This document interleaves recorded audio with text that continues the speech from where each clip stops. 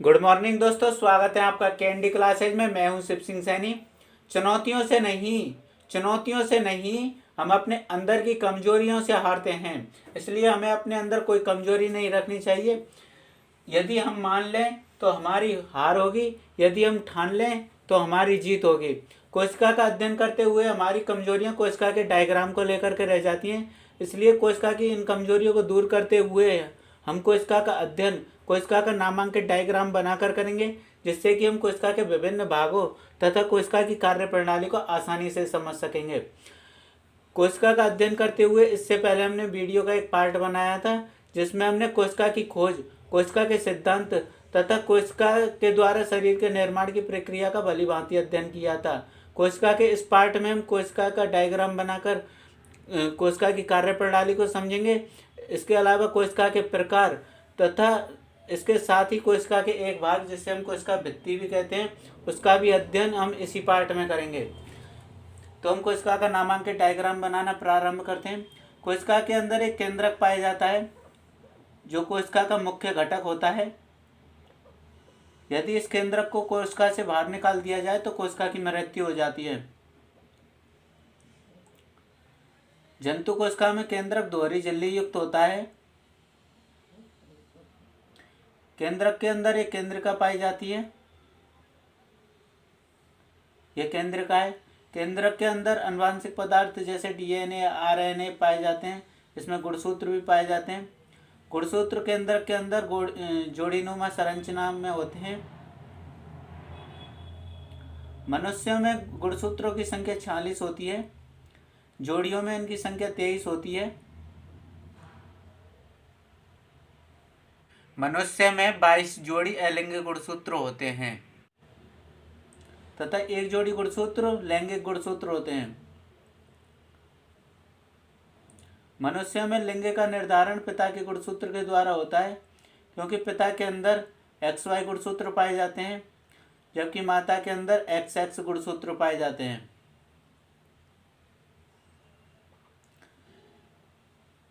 कोशिका के चारों ओर कोशिका को आवरण यानी सुरक्षा प्रदान करने के लिए कोशिका झिल्ली होती है।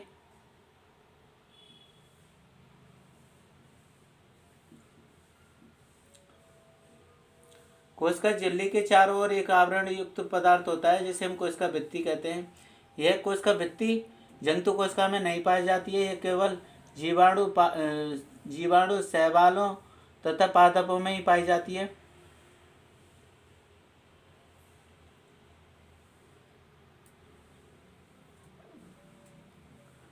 यह गोल्जी काय होता है। गोल्जी काय जंतु कोशिका में ट्रैफिक हवलदार का कार्य करता है, क्योंकि गोल्जी काय कोशिका के अंदर उपस्थित पोषक तत्वों तथा अवांछित पदार्थों को कोशिका से बाहर निकालने का कार्य करता है, इसलिए इसे ट्रैफिक हवलदार कहते हैं। कोशिका के अंदर एक अंतःप्रद्रवी जालिका होती है, जिसे हम कोशिका का कंकाल कहते हैं। अंतःप्रद्रवी जालिका दो प्रकार की होती है। एक खुरदरी अंतःप्रद्रवी जालिका होती है तथा दूसरी चिकनी अंतःप्रद्रवी जालिका होती है।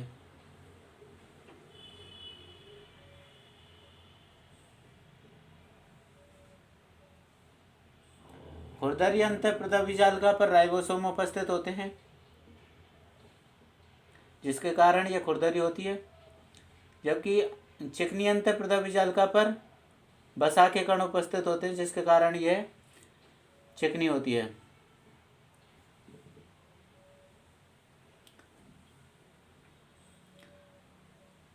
कोशिका को ऊर्जा प्रदान करने के लिए कोशिका के अंदर एक माइटोकॉन्ड्रिया होता है, जिसे हम कोशिका का पावर हाउस कहते हैं।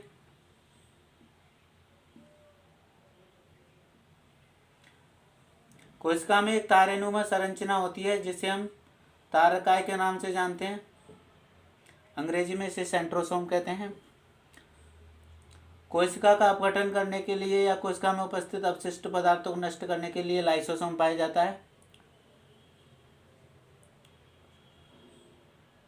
कोशिका के अंदर कोशिका रस को एकत्रित करने के लिए एक रिक्तिका होती है, जिसे हम रक्तधानी कहते हैं। अंग्रेजी में इसे वैक्यूल के नाम से जाना जाता है। कोशिका के अंदर लवक पाए जाते हैं। लवक 3 प्रकार के होते हैं। हरित लवक हरित लवक के कारण पेड़ के पौधे की पत्तियों का रंग हरा रहता है। टमाटर का लाल रंग लवक ही के कारण होता है। लवक 3 प्रकार के होते हैं जिनका अध्ययन हम आगे की कक्षाओं में करेंगे। कोशिका के अंदर कोशिका द्रव्य पाया जाता है और केंद्रक के अंदर केंद्रक द्रव्य पाया जाता है। कोशिका द्रव्य और केंद्रक द्रव्य मिलकर जीव द्रव्य का निर्माण करते हैं। लाइसोसोम के अंदर विभिन्न प्रकार के एंजाइम पाए जाते हैं जो अपशिष्ट पदार्थों को अपघटन करने का कार्य करते हैं। यदि लाइसोसोम की थैली फट जाती है तो यह संपूर्ण कोशिका का पाचन कर देती है, इसलिए इसे आत्मघाती थैली भी कहते हैं। राजधानी के अंदर कोशिका रस भरा रहता है। अब हम इन सभी का नामांकन करते हैं। यह कोशिका झिल्ली, जिसे हम अंग्रेजी में सेल मेम्ब्रेन के नाम से जानते हैं।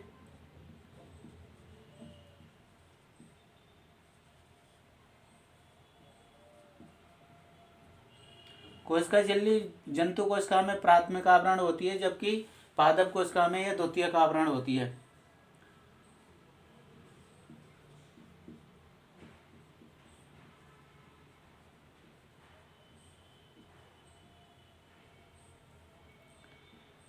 यह कोशिका रस या कोशिका द्रव्य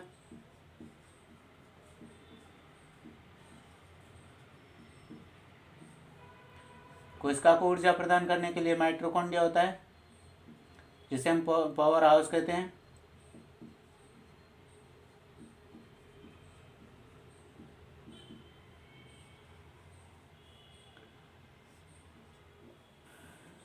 यह खुरदरी अंतःप्रदव जाल का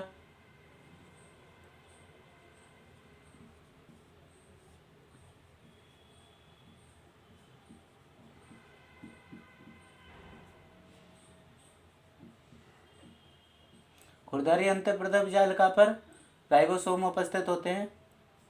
यह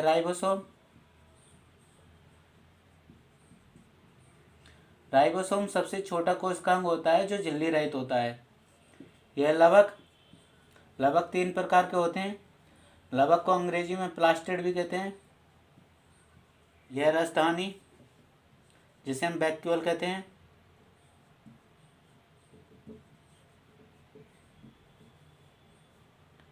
इसे रिक्तिका के नाम से भी जाना जाता है।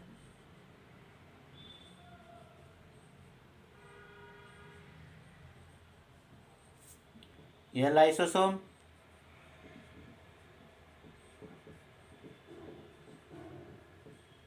जिसे हम आत्मघाती थैली कहते हैं। यह चिकनी अंतःप्रदव जालिका।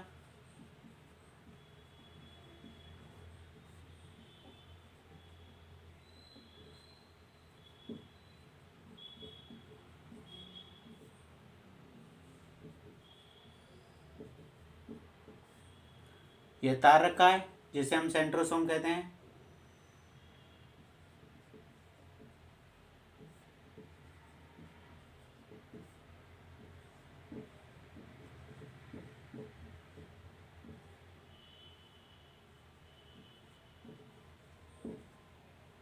यह गोल्जी का है, जिसे हम गोल्जी बॉडी कहते हैं। यह कोशिका में ट्रैफिक हवलदार का कार्य करता है।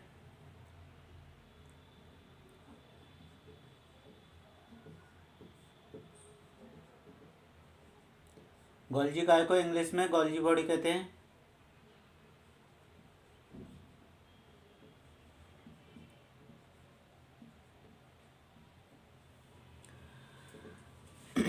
यह केंद्रक,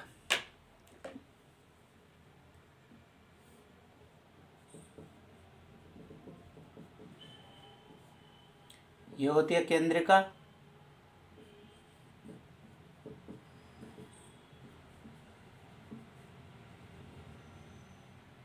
यह गुणसूत्र,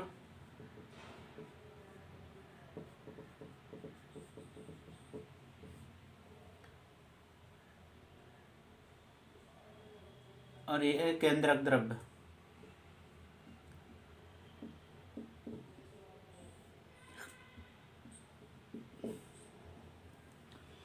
कोशिका का बाहरी आवरण कोशिका झिल्ली होती है, जिसे हम सेल मेम्ब्रेन के नाम से जानते हैं। कोशिका को सुरक्षा प्रदान करती है। कोशिका के अंदर कोशिका द्रव पाया जाता है। कोशिका को ऊर्जा प्रदान करने के लिए कोशिका के अंदर माइटोकॉन्ड्रिया पाई जाती है। कोशिका में कोशिका का कंकाल अंतःप्रदाभिजाल का कहलाती है। यह एक ऐसा अंग है जो कोशिका झिल्ली तथा केंद्रक झिल्ली दोनों को स्पर्श करता है। यह 2 प्रकार की होती है, एक खुरदरी अंतःप्रदाभिजाल का, दूसरी होती है चिकनी अंतःप्रदाभिजाल का। खुरदरी अंतःप्रदाभिजाल का पर राइबोसोम उपस्थित होते हैं, जबकि चिकनी अंतःप्रदाभिजाल का पर वसा के कण उपस्थित होते हैं। राइबोसोम एक ऐसा कोशिकांग है जो सबसे छोटा है और झिल्ली रहित है। कोशिका के अंदर लवक पाए जाते हैं। लवक 3 प्रकार के होते हैं, जिनका हम अध्ययन आगे की कक्षाओं में करेंगे। लवक को अंग्रेजी में प्लास्टिड के नाम से प्लास्टिड के नाम से जाना जाता है। कोशिका को अंदर एक राजधानी होती है, जिसे हम वैक्यूल कहते हैं। केंद्रक के अंदर केंद्रिका होती है। केंद्रक दोहरी झिल्ली युक्त होता है। केंद्रक के अंदर गुणसूत्र पाए जाते हैं। केंद्रक के अंदर कोशिका के अंदर एक लाइसोसोम होता है, जिसे हम आत्मघाती थैली के नाम से जानते हैं। कोशिका का ट्रैफिक हवलदार गोल्जी काय होता है, जिसे हम गोल्जी बॉडी के नाम से जानते हैं। इसके बाद में हम अध्ययन करते हैं कोशिका के प्रकारों का। कोशिका 2 प्रकार की पाई जाती है। पहली होती है प्रोकैरियोटिक कोशिका तथा दूसरी होती है यूकैरियोटिक कोशिका।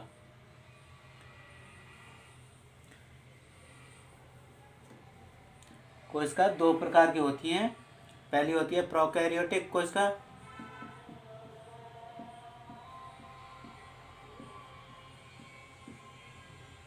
दूसरी होती है यूकैरियोटिक कोशिका।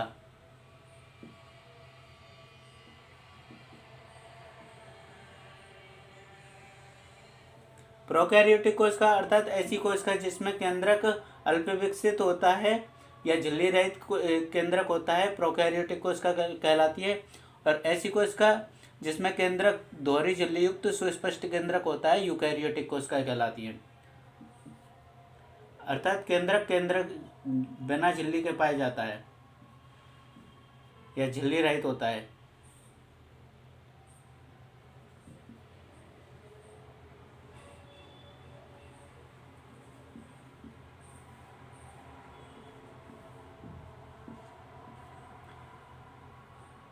यूकैरियोटिक कोशिका में केंद्रक दोहरी झिल्ली युक्त सुस्पष्ट होता है।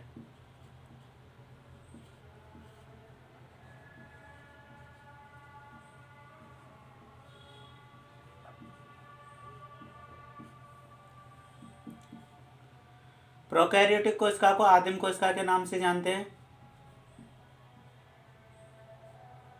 या अविकसित कोशिका के नाम अविकसित कोशिका भी कहते हैं, जबकि यूकैरियोटिक कोशिका को एडवांस कोशिका भी कहते हैं।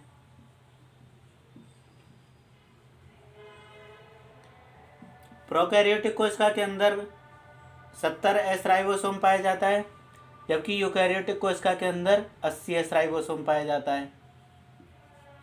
राइबोसोम ऐसा कोशिकांग है जो प्रोकैरियोटिक कोशिका तथा यूकैरियोटिक कोशिका दोनों के अंदर पाया जाता है। इसके बाद में हम अध्ययन करेंगे कोशिका भित्ति का। कोशिका भित्ति पादपों, शैवालों, जीवाणुओं, कवकों में पाई जाती है। कोशिका भित्ति उपस्थित।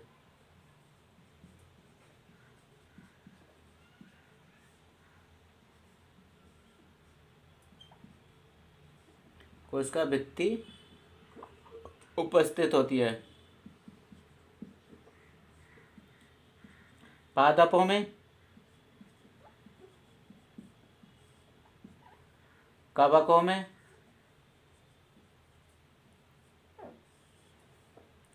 जीवाणुओं में,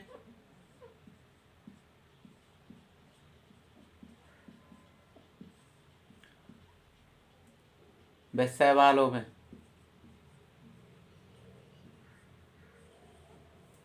कोशिका भित्ति पादप, कवकों, शैवालों और जीवाणुओं का प्राथमिक आवरण होती है, जबकि कोशिका झिल्ली इनमें द्वितीयक आवरण होती है। जंतु कोशिका में कोशिका झिल्ली प्राथमिक आवरण होती है। कोशिका भित्ति अनुपस्थित होती है।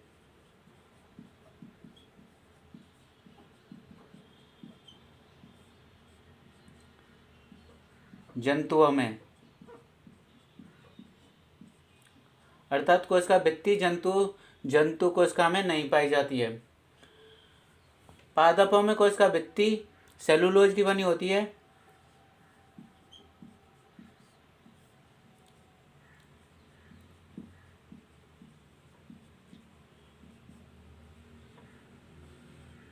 जिसे हम प्राकृतिक रेशा कहते हैं।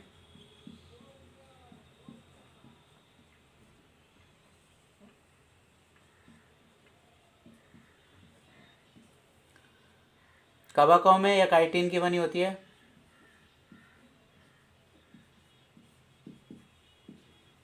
कवकों में कोशिका भित्ति काइटिन की बनी होती है।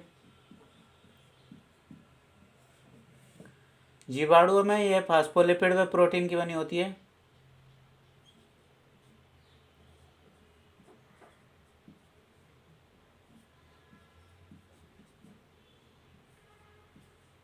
जीवाणुओं में यह फास्फोलिपिड व प्रोटीन की बनी होती है।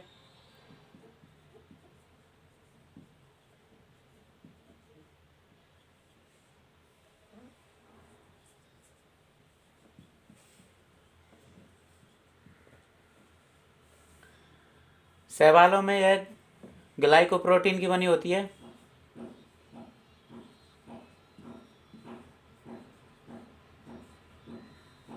शैवालों में यह ग्लाइकोप्रोटीन की बनी होती है।